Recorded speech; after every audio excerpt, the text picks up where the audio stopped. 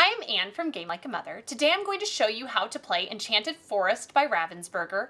It's ages 4 and up, 2 to 6 players, and it takes 20 to 40 minutes depending on how many people you're playing with. Let me show you how to play. The goal of the game is to be the first player to collect 3 of these tiles that all have different magical pictures on them, like boots, magic beans, magic mirror, spindle, lollipop, etc. To begin the game, you shuffle these tiles, put them at the top of the board, and you shuffle up all these trees, and underneath each one is a picture of a fairy tale object. And you shuffle them, don't look at them, put them out on the board, and you flip up the top tile, and you're going to be looking for Rapunzel's hair. So to begin, all of the players who are playing start around this golden star at the bottom.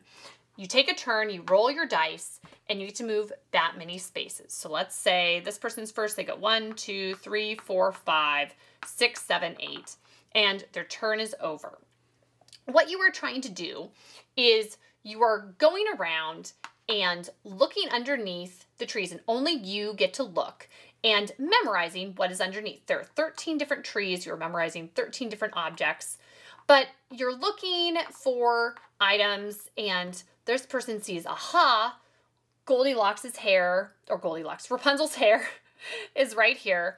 And so they keep on going, and on their way up to the castle, they keep on looking for items, and so they know for future where they are. And so once you get all the way up here to where the key is, that is when you get to make your guess for where the item is that the tree that corresponds with this picture is. So this player would say, aha, and they look at this without showing anybody, and then if they're right, they show everybody and say, look, I found Rapunzel's hair, I'm the winner. So they take this, put it off to the side for themselves, they've collected it, and flip up the next one.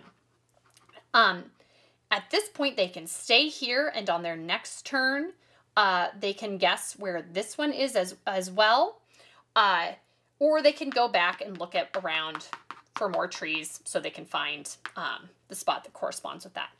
If you guess and get it wrong, then you are sent back to the beginning spot, and you must start from there.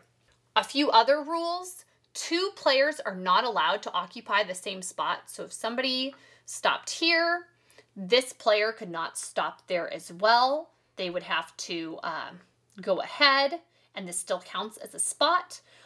We play that if you're going by the tree, you still get to look and see what's underneath it, even if you don't get to stop in the spot right in front of it. There is a variation where you can land on the same spot as somebody else and boot them back to the beginning if you want, but we typically don't play that way because this game is challenging enough as it is.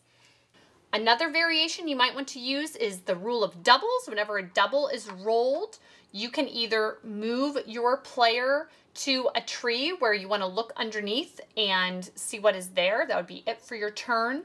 Or same thing for doubles. You could choose to move your player to the horseshoe spot near the castle, or you can choose to put the top tile, flip it back down, shuffle them up, and then flip over a new tile, and whatever comes up is the tile you were now searching for. Let's skip ahead to what the end of a game would look like. Let's say orange was back here at the key, and on this turn, aha, found the shoe, and so he collected this. Everybody went around again, and he's still here. It's his turn, and the spindle came up, and he finds the spinning wheel, and he finds it. He says it's under this tree. He is right, and he has collected 3 tiles, and he is the winner. So that's how to play Enchanted Forest. It's a great choice for a child who loves memory games or fairy tales, so check it out. Thanks, and see you next time from Game Like a Mother.